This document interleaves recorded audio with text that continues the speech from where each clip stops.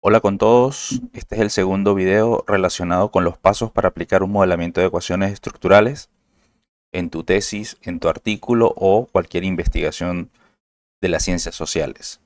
En esta segunda parte hablaremos de cómo especificar el modelo y en qué consiste esa especificación.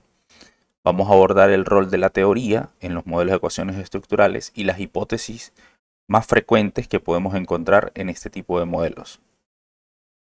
En la primera parte desarrollamos un poco la idea de constructo, variable latente, variable observada, relaciones directas, el error de medición, vimos modelamiento de forma general e integramos la idea de modelamiento de ecuaciones estructurales.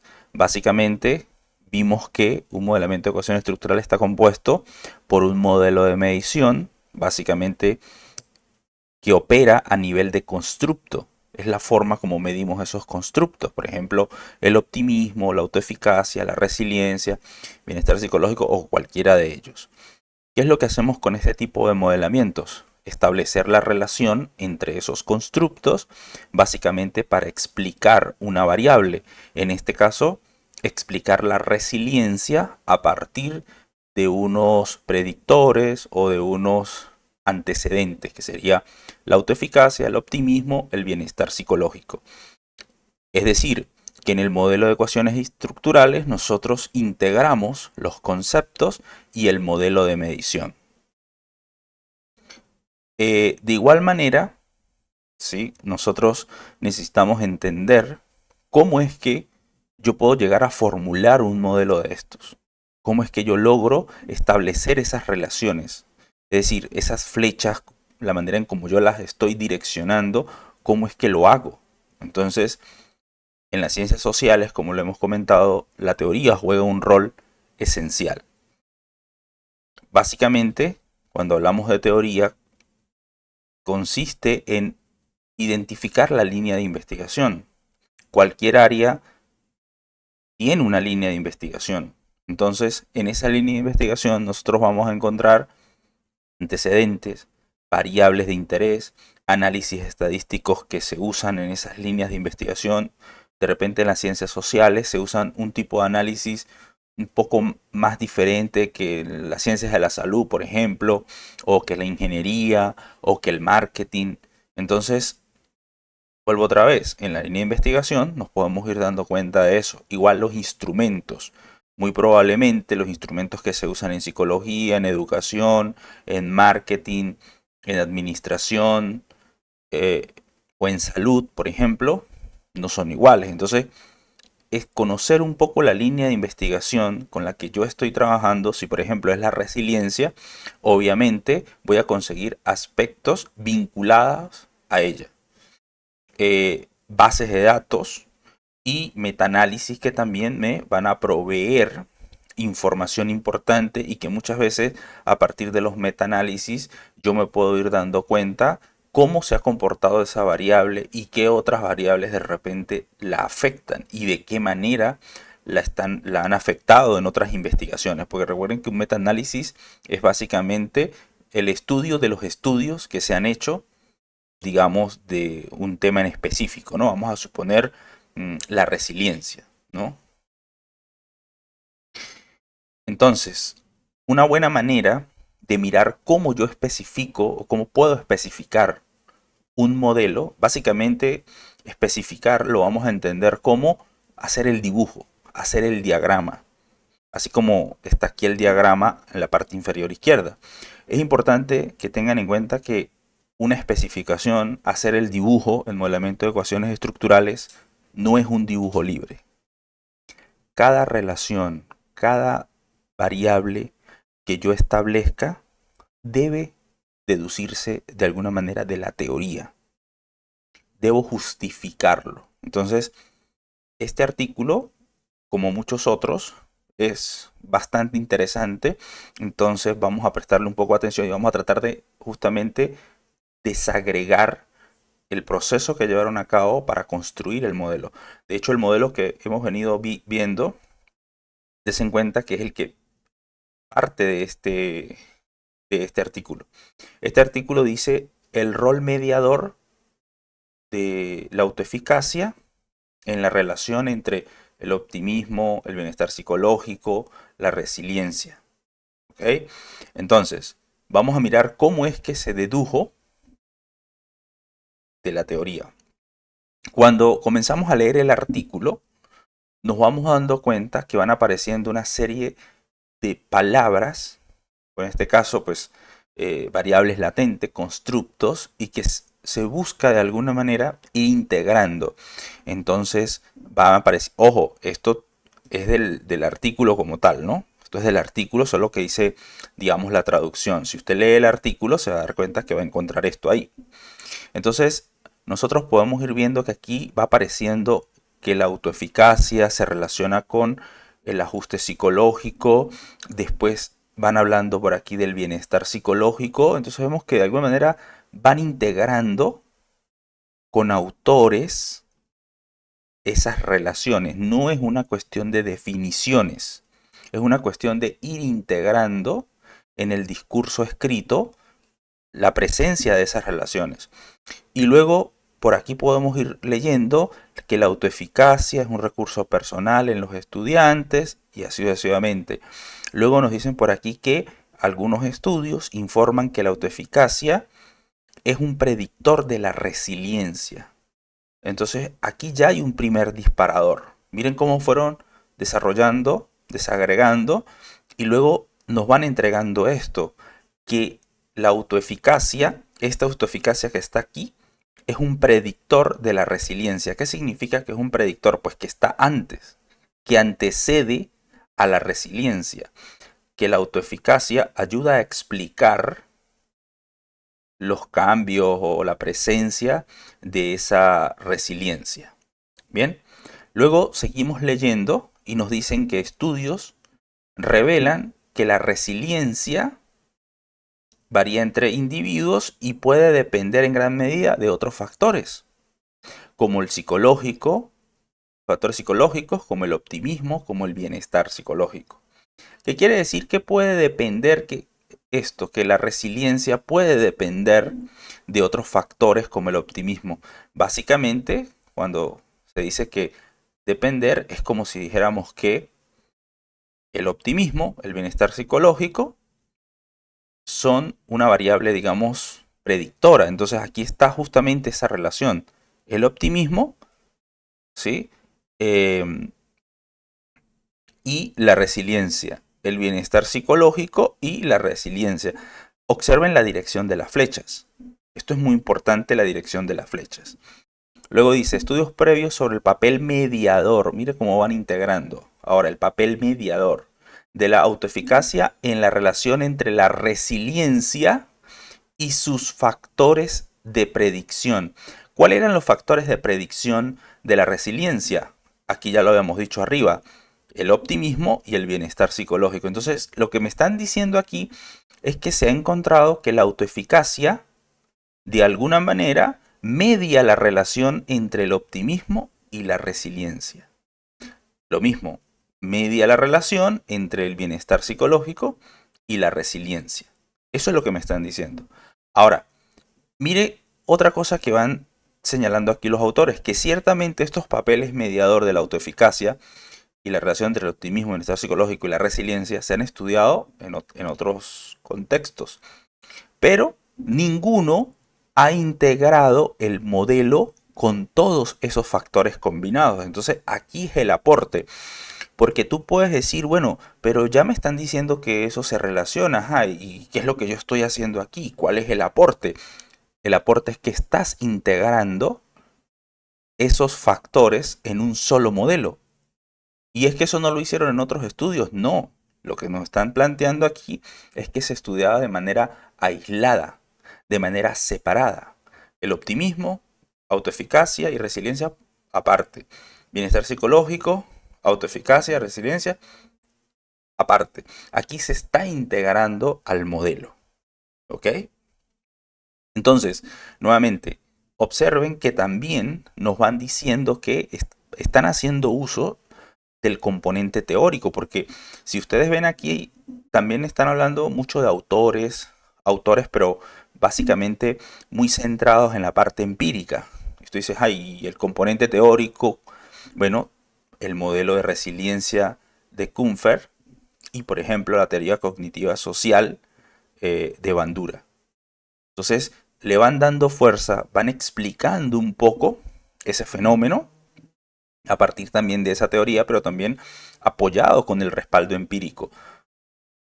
Aquí es muy importante tener en cuenta eso, que no solo, no solo tiene que ser, digamos, teoría como un modelo propiamente. También tú puedes usar eh, antecedentes basados en estudios empíricos que te muestran cómo van funcionando esas variables.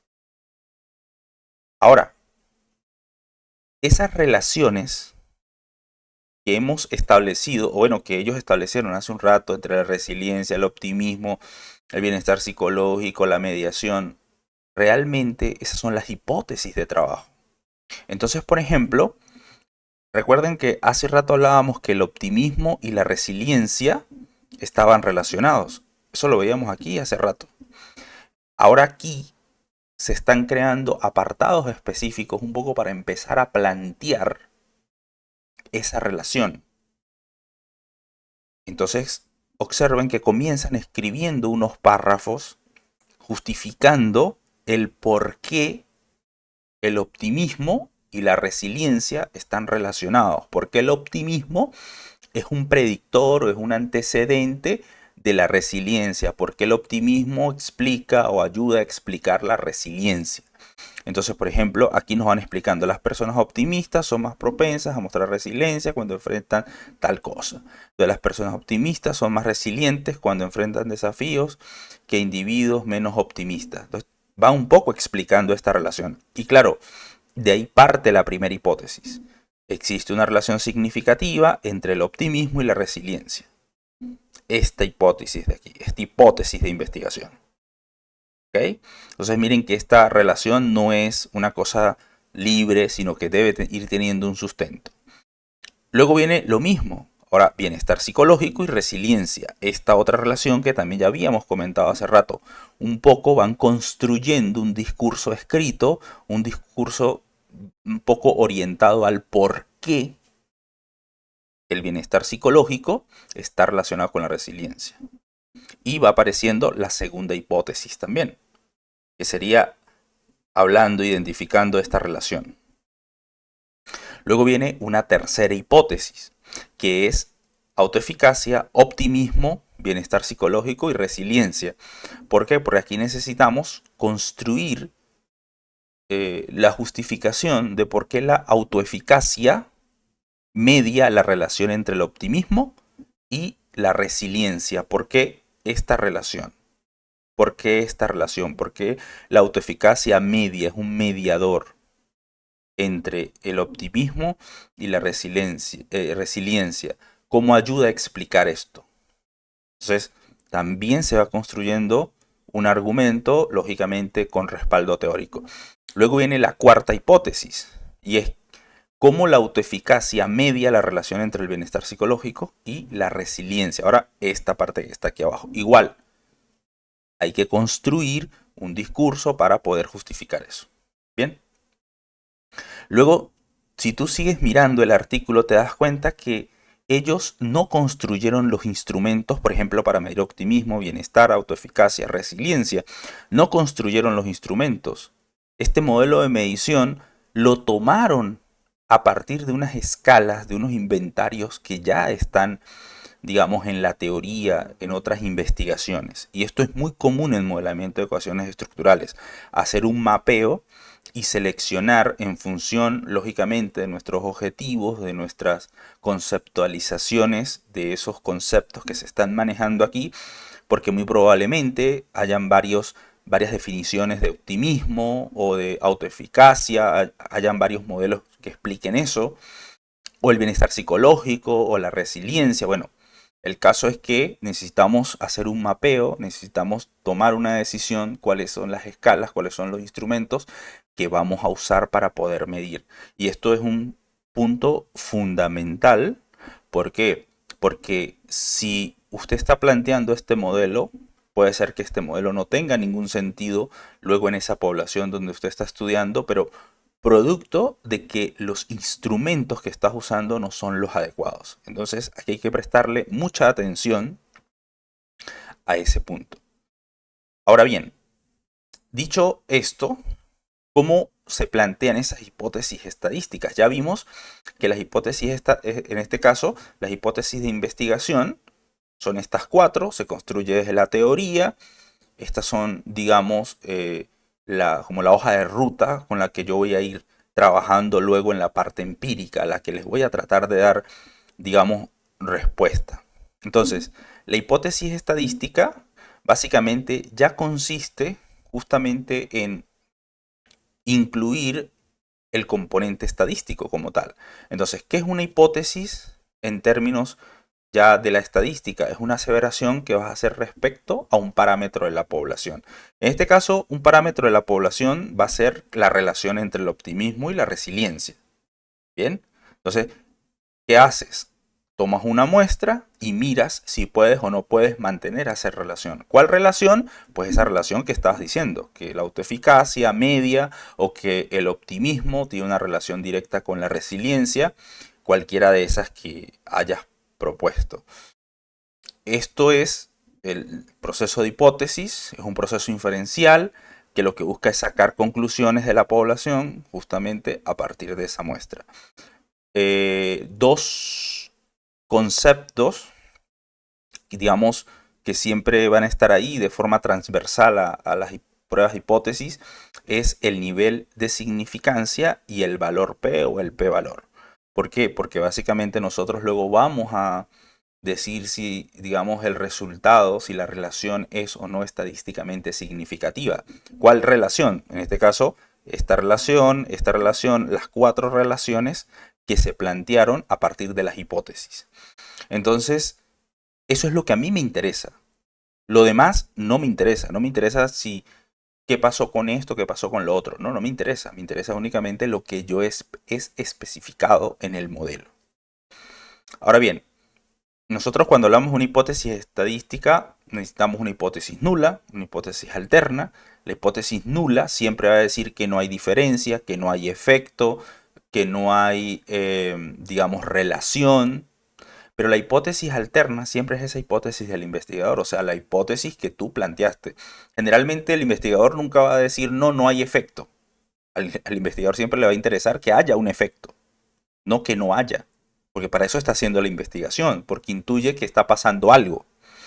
Entonces, la hipótesis nula es la que nosotros sometemos a prueba y luego, en función de lo que sucede ahí, nosotros pues tomamos una decisión. Y esto es una idea muy similar como cuando tú haces una diferencia, cuando haces una T-Student, ¿sí? Que dices el optimismo, por ejemplo, es igual en hombres y mujeres, o sea, no hay diferencia. O una correlación, cuando tú haces una correlación, digamos, el optimismo y la edad, ¿ok? O cuando haces una relación, por ejemplo, a partir de una regresión. El optimismo tiene un efecto sobre la resiliencia, por ejemplo. Y aquí tenemos, digamos, los valores, los parámetros que nosotros estamos un poco estableciendo en esa hipótesis nula. Pero observen que en la hipótesis alterna ya decimos que es diferente, que es distinto de cero, que es distinto de cero. Es básicamente un poco lo mismo que está arriba, pero cambiado. ¿Ok? Aquí, en modelamiento de ecuaciones estructurales es algo muy similar. Tenemos relaciones directas, por ejemplo, no existe relación entre el optimismo y la resiliencia. Esta que está aquí. Esta. Y esto es una hipótesis, ¿no? Que ya la habíamos visto. Pero la hipótesis alterna es que sí existe. Esta coincide con la del investigador. Entonces, mire, el coeficiente beta, que es el coeficiente un valor que va a haber aquí, que luego le vas a hacer la prueba de significancia y todo lo demás, es distinta de cero. ¿Por qué? Porque si dices que es distinta de cero, no me importa si es positivo, si es negativo, lo que me importa es indicar o tener evidencia empírica que aquí esta relación existe y que es distinta de cero. ¿Okay? Entonces, esas son las relaciones directas. Igual, entre autoeficacia y resiliencia. Aquí pudo haber sido entre autoeficacia y resiliencia. Autoeficacia y resiliencia. O bienestar psicológico. no importa, es la misma idea. Relación directa es que algo es directo, no hay nada en el medio. Ahora, yo también puedo tener hipótesis de mediación, como el caso de la segunda y tercera hipótesis, que dice que tal variable media la relación entre tal cosa. Entonces, por ejemplo, dice la autoeficacia no media la relación entre el optimismo y la resiliencia, o sea, esta que está aquí, esta que está aquí, ¿ok? Esta que está aquí, esta relación directa, no esta por partes, sino esta relación así directa, ¿ok? Y la hipótesis alterna es que si media esa relación y que esto va en correspondencia con la hipótesis número 3 pues del estudio. Entonces, ojo con esto, no siempre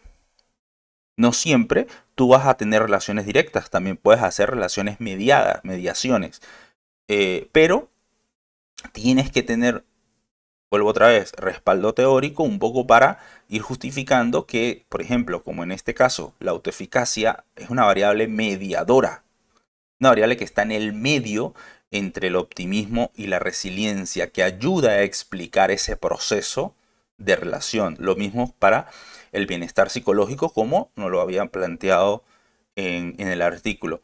La recomendación, lógicamente, es que revises el artículo, si es que tienes pensado hacer este tipo de modelamiento, sobre todo para ir afinando esa perspectiva para el momento en cuando vayas a hacer, pues, o plantear tu estudio con modelamiento de ecuaciones estructurales. Otro tipo de hipótesis es las hipótesis de moderación. Entonces, por ejemplo, claro, esto no está dentro del artículo, solo lo estamos colocando para ejemplificar. Entonces, por ejemplo, yo puedo decir la edad no modera la relación entre el optimismo y la resiliencia, pero la hipótesis nula dice que sí modera esa relación. Ahora, ¿qué es una variable moderadora? ¿Por qué está atravesada ahí? ¿Por qué no está igual que las otras? ¿Por qué está dentro de un rectángulo? No está dentro de una elipse. Primero, no está dentro de una elipse. Ya ustedes saben que una elipse es un constructo, que un rectángulo es una variable observada, que la edad es una variable observada porque es una medición directa. La forma como está atravesando a la relación entre el optimismo y resiliencia, está afectando esa relación, es porque la moderación se plantea así, de esa manera. Y la moderación lo que indica es que estás hipotetizando que la edad puede cambiar la intensidad, el efecto en, entre el optimismo y la resiliencia, o incluso que hasta puede cambiar el sentido de esa relación. Puede ser que hayas encontrado que en esa interacción quienes tienen más edad sucede una cosa y quienes tienen menos edad sucede otra cosa, o sea, los más jóvenes o los más adultos, ¿ok? Pero también lo puedes ver como el género. ¿Qué quiere decir esto? En este caso teníamos la edad como una variable, es una variable numérica. Aquí hablamos un tanto de un proceso de interacción. Pero si la variable moderadora es categórica, o en este caso dicotómica, básicamente es como si tú estuvieras haciendo un análisis multigrupo o como si estuvieras haciendo una comparación entre hombres y mujeres y ver qué pasa en esa relación según el género que se tenga, si es que hay o no hay un efecto moderador. Pero otra vez, esos efectos moderadores o esas relaciones moderadoras hay que deducirla desde la teoría. De alguna manera en la teoría yo tengo que rastrear eso. Yo no puedo colocarlo por colocarlo porque, como lo dijimos, no es un dibujo libre. Tenemos que justificar todo esto. Lógicamente también hay, digamos, variables control. Básicamente una variable control no está dentro de una hipótesis, pero a veces usted puede encontrar que los autores digan se entregan los resultados controlando o controlados por el género y la edad o el tipo de empresa o cualquier otra variable. Básicamente lo que te están diciendo es que están contrarrestando el posible efecto que pueda tener en el modelo esas variables. Pero otra vez, la variable control no forma parte del modelo igual como la variable moderadora, no está dentro del modelo.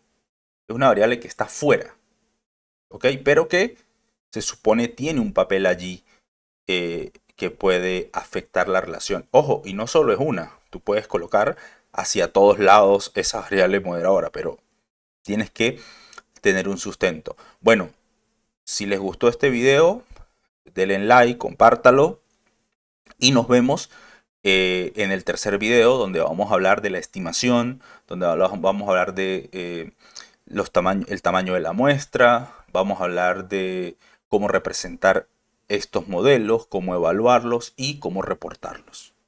Hasta entonces.